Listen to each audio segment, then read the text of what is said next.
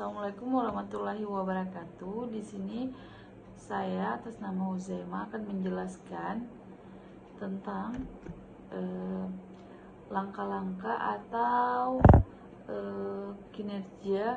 hasil kinerja karyawan yang tidak sesuai dengan kompetensi yang diharapkan. Saya akan menjelaskan langkah-langkah apa aja yang akan saya ambil sebagai manajer untuk membantu karyawan meningkatkan kinerjanya. Yang pertama di sini, saya sebagai manajer dalam organisasi, setiap posisi memiliki standar kompetensi tertentu. Namun, terkadang hasil kerja karyawan tidak sesuai dengan kompetensi yang diharapkan.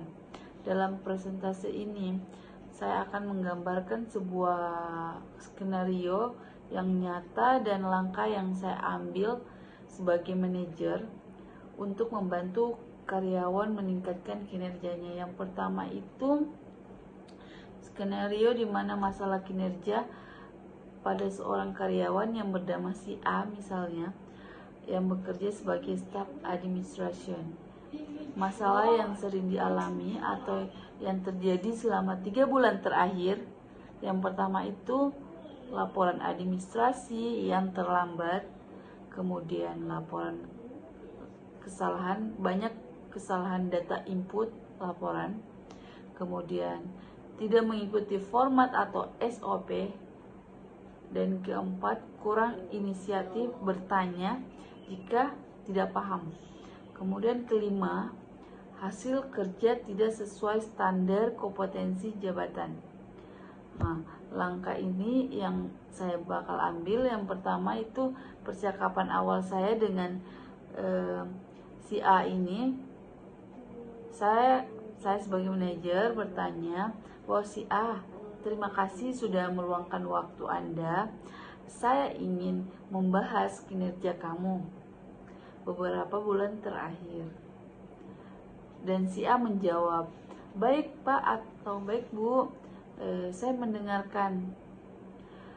Saya mengatakan bahwa dari evaluasi kami ada beberapa laporan yang terlambat dan kesalahan input data atau penginputan data. Kemudian saya ingin memahami apa yang sebenarnya kamu alami. Si A mengatakan, jujur, saya masih kesulitan dengan sistem administrasi yang baru dan takut bertanya karena takut dianggap tidak bisa begitu. Kemudian langkah-langkah yang saya ambil sebagai manajer untuk membantu karyawan tersebut, yang pertama itu langkahnya adalah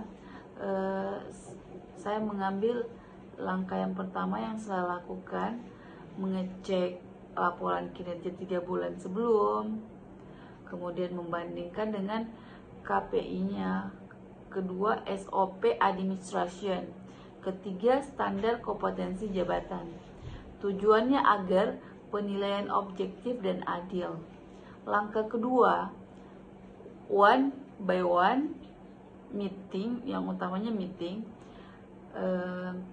Di sini saya mengatakan bahwa si A, tujuan diskusi ini untuk menyalahkan, tapi untuk mencari solusi bersama. Nah, si A mengatakan terima kasih Pak, atau terima kasih Bu, ini sangat membantu saya. Kemudian saya mengatakan, apa kendala utama yang kamu hadapi selama ini? Si A mengatakan, saya belum pernah mendapatkan pelatihan penuh tentang sistem baru dan merasa tertinggal dari rekan lainnya. Langkah yang ketiga yang saya ambil sebagai manajer atau dari diskusi di atas, saya menyimpulkan beberapa akar masalahnya. Yang pertama itu kurang pelatihan teknis, kedua tidak percaya diri untuk bertanya, yang ketiga adaptasi sistem baru yang belum optimal, kemudian keempat tekanan kerja dan rasa takut berbuat salah.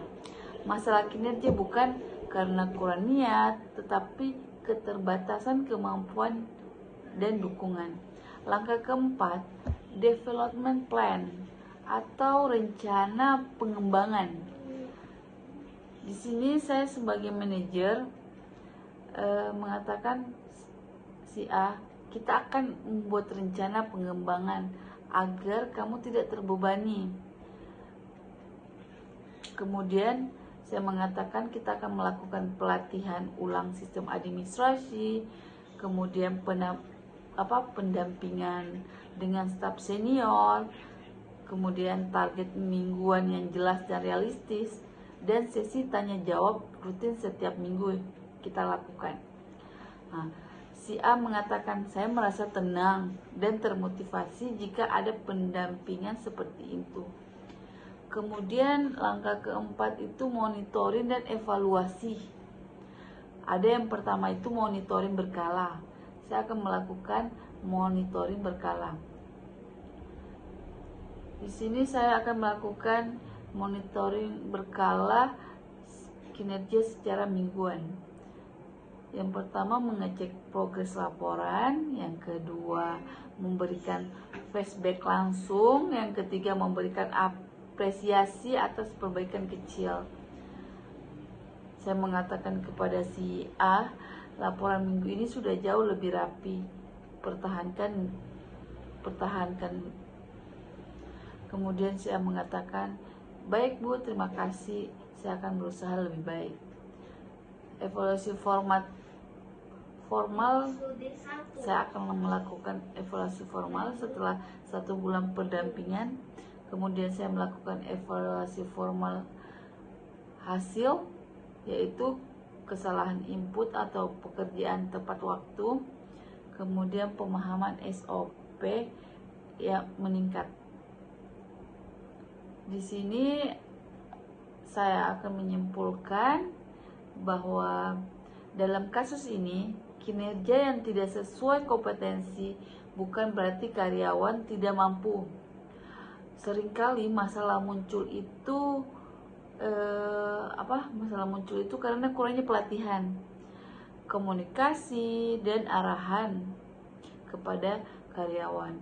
Kemudian sebagai manajer, tugas kita itu bukan hanya menilai hasil tetapi juga membantu progres pengembangan karyawan agar potensi mereka akan maksimal dalam pekerjaan. Nah, sekian dari saya langkah-langkah tersebut dalam penanganan hasil di atas, yaitu menangani hasil kinerja karyawan yang tidak sesuai dengan kompetensi yang diharapkan. Terima kasih. Assalamualaikum warahmatullahi wabarakatuh.